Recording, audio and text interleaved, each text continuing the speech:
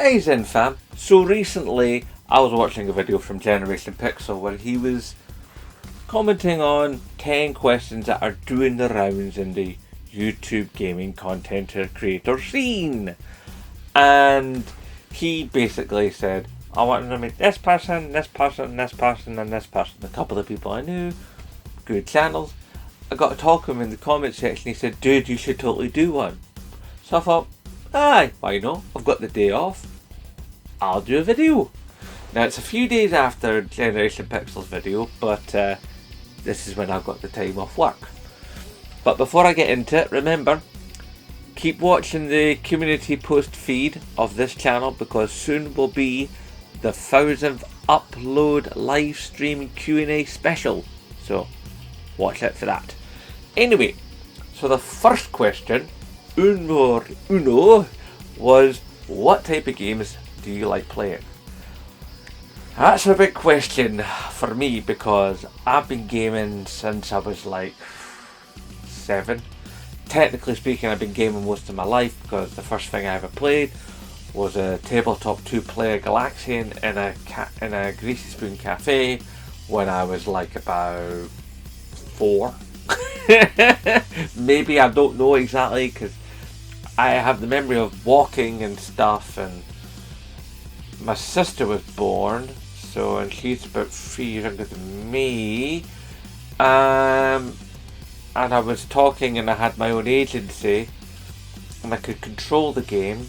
So I reckon I must have been about 4 or 5, but it's a long time ago, so I can't really remember exactly what my age was. But my first system I ever owned was when my mum got me and my sister a Commodore 16 back in the 80s. So I've been gaming a long time in arcades and such and such. Anyway, so I've played a lot of different types of game, but probably my favourite type of game is the sort of action adventure, sandbox style, story driven, narrative focused game. You know, anything from like Assassin's Creed to like Uncharted or something like that. Something where I inhabit another reality and there's a story to be followed from A to B with stuff to do in the middle. That's where I'm happiest gaming. That's where I get the largest amount of my personal gaming pleasure. But I'll play just about anything. Second question was, how long do you on average play a week? You see, this is tricky because I'm a worker. I travel an hour 40 to my job. I travel an hour 40 back from my job. I work 5 days a week. I'm a family man. I've got to do stuff around the house as well, half the time. So I don't have as much time into game as I did like in my 20s. So sometimes I can see myself gaming maybe 2-3 hours a week, and then there's sometimes, like especially if I get an empty, that can jump up to like 30 hours a week or more. It's all down to luck. It's all down to how it goes. Now I know some people will play mobile games on their way to and from work.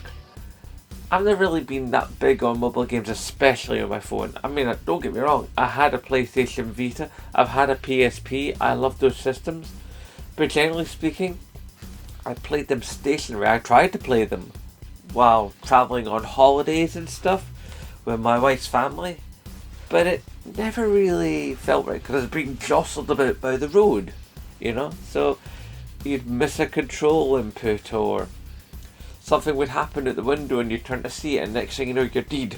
So I generally never took much of the handheld gaming out and about. It was handheld gaming in the house when I couldn't access the telly because I'm married and my family also like to use the one telly we have. So there's that. I've got to squeeze my gaming in round my wife's viewing habits. Just the nature of the beast. See. Can games ever be educational was the third question. So I would have to say yes. I mean, obviously I'm going to be a bit biased because I'm a gamer, a long time gamer. I've been gaming most of my life. But when you consider that Minecraft is used for classes and coding, the Assassin's Creed games have got history modes, that certain games are relying upon physics and other things and storytelling, narrative structures. So even if they don't necessarily involve an educational bent, there's stuff going on in the game where you end up getting educated. Like you get educated on the use of sound scores, you get educated on cues, you get educated on learning to understand an environmental situation. Like every gamer knows that if you see certain things in a gaming world, then that leads to certain outcomes. And it gets you to notice your environment, and noticing your environment is part of education. So there are many facets and ins and outs as to how gaming can and is educational. But sometimes it is just pure for pleasure, which is just as important. Let's see. Oh, what do I not like in video games? What do I not like in video games? I don't like microtransactions. I don't like corporate greed. I don't like griefers. I really don't like when you have to follow somebody in a game and they're traveling slower than your running speed but faster than your walking speed, and you have to maintain a pace for them. So what you end up doing is jogging for a little bit and then walking for a bit, falling behind and jogging for a little bit and almost getting past them and then having to stop and then walk it. No. That really annoys me. Let's see what else annoys me in gaming. There's so many things. I hate the fact that there's so many people in gaming that are like, you have to be an expert on all the game or you're not a fan. Yeah, right. Or that this type of gaming is less relevant than this type of gaming. It's all gaming, it's all good, it's all escapism. Doesn't matter if it's mobile, doesn't matter if it's VR. It's all escapism, it's all meant to be for fun. Gaming doesn't have to be uber hard Dark Souls, kill you for even breathing at the wrong time. Gaming can be fun. That was the whole reason for it. So what do I not like in games? What do I like in games? There's the other question that comes directly after it. The flip side of the coin. Well, I think you guys know what I love in games. I spoke of it recently in a video. What do I love in games? Best thing I love in games is the flow state. I love it when you're playing a game and you understand the controls so well and everything's going lovely, and it's like you don't think about the controls, you are the controls. It happens. It's all automatic, it's instinctive, and it's all just works and flows and plays, and it's lovely. When you have that, ladies and gentlemen, the non-binaries of the Zen fam, is gold. Absolute gold. That is, for me, what I love most in gaming. Let's see, what else was the other questions? How much do I spend a month? That's always been a tricky proposition for me because I've been skint my entire life. I generally spend, on a month-to-month basis, zero. I mean, a lot of my games that I play come from my PlayStation Plus subscription. So, yes, I pay the subscription yearly. I pay the year model because it's less overall.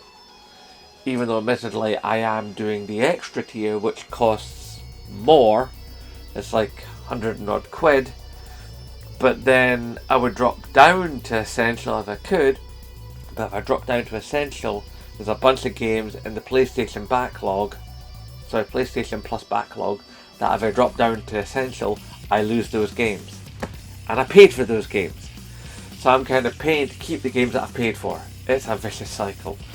Ah, dear God, it really is a vicious cycle. So on a month-to-month basis, I'm paying nothing, but every once in a while, I'll save up some money, and I will go out and I will buy a game. But it's getting rarer and rarer as money's getting tighter and tighter, and games are getting more and more and more expensive. But there are some games that I do want to buy, and I do prefer, and I underline it, I prefer physical games. I'm being charged an extra 50 to 80 quid for a disc drive is wrong. The other night. Yeah. I'm still annoyed about that.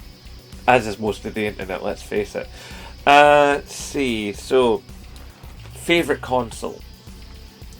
Now see, that's tricky because every console I own instantly over the last few years has become my favourite console, because it's now doing everything I need it to. I mean, I could say the PlayStation, because that was like when gaming for me went, and it was incredible. I had arcade at home. It was phenomenal. Or the PS2, which was just like, you thought that was power. This is power. And the incredible catalogue of games and the backwards compatibility with PS1.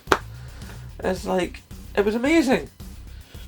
Or PS3, which is like, it did everything. It was a Blu-ray player. It could do music. It could do YouTube.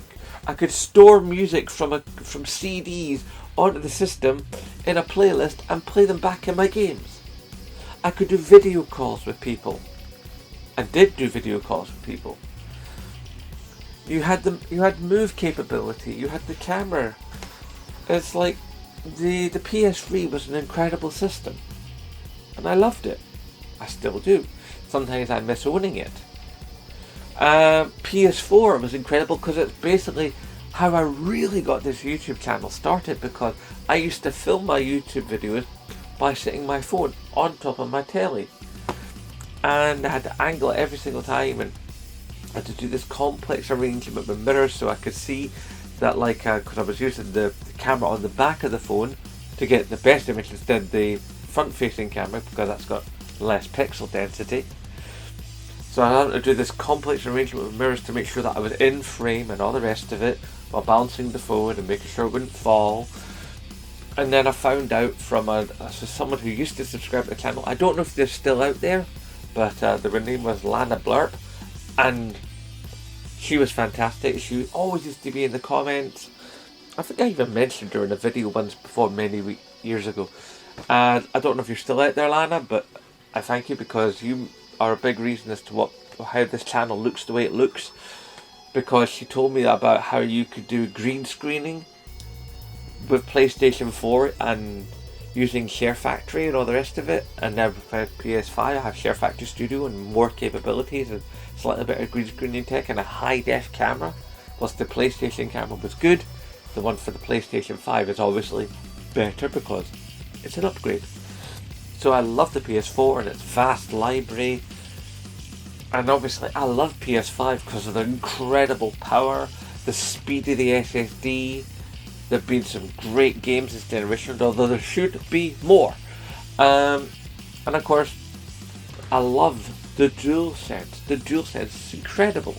PSVR 2 is wonderful, poorly underutilized, but still wonderful.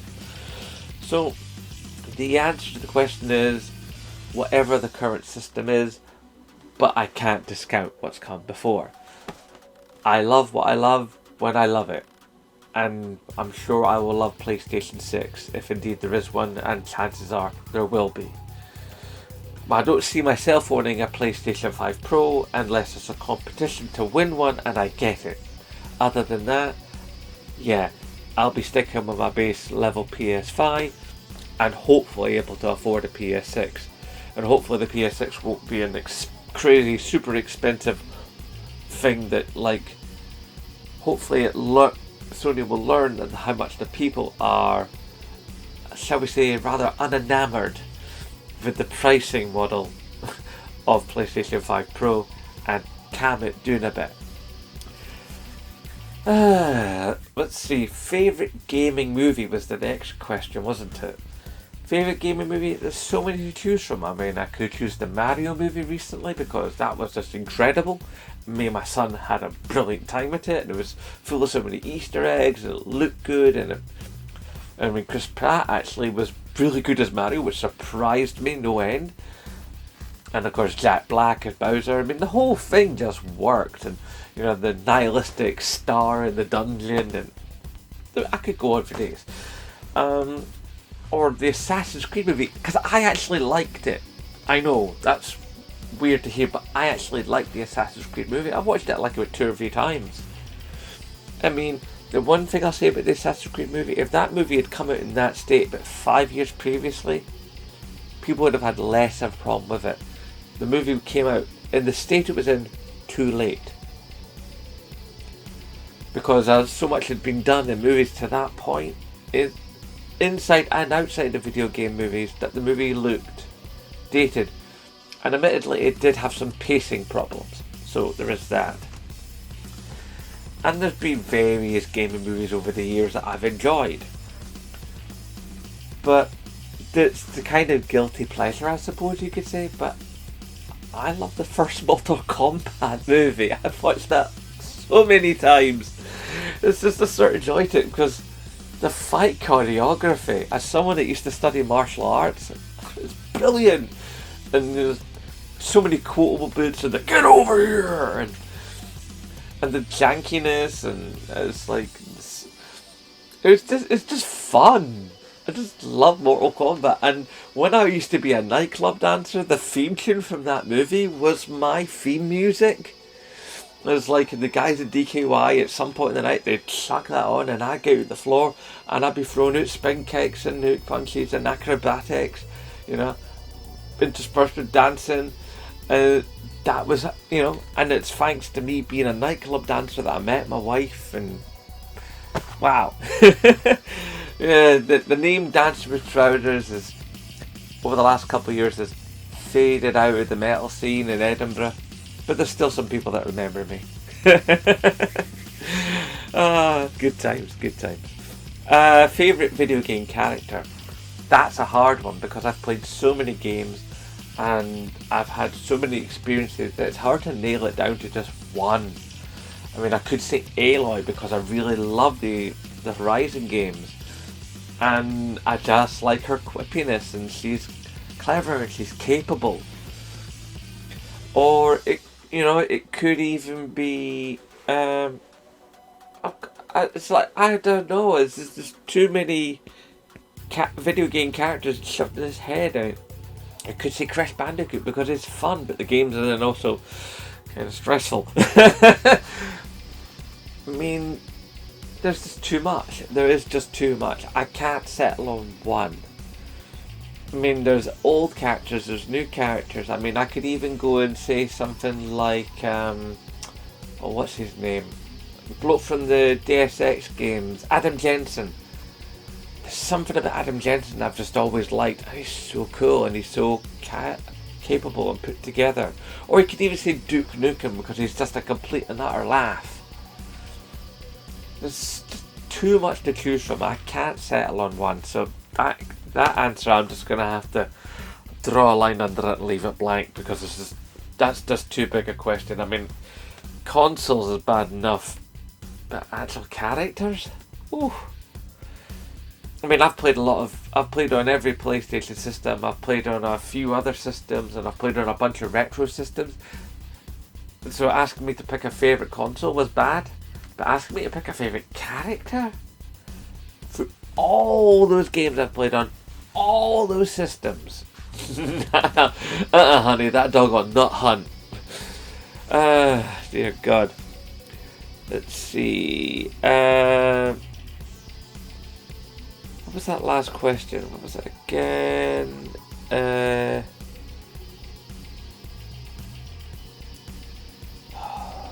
can't remember what the last question was. I remember something about a type of game, but I've lost it.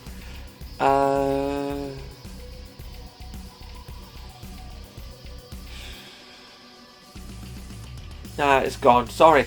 I honestly can't remember. If I remember, then I'll put it in a short later. Sorry, that's rather remiss of me, but as you guys know, I don't have a script. I go all off the top of the dome. I go off with 10 years of 10 years of YouTube experience, 30 years of PlayStation experience, and mostly a lifetime of video game knowledge and love. Hopefully I've answered these questions as honestly as I possibly can in a manner that you find entertaining. And if you have your own ideas, then please typey down below. Let Zenbloke know. Remember to watch the community feed for the post about when the live stream is coming, and hashtag support Scottish YouTubers, and of course, as always, aye, nae bother.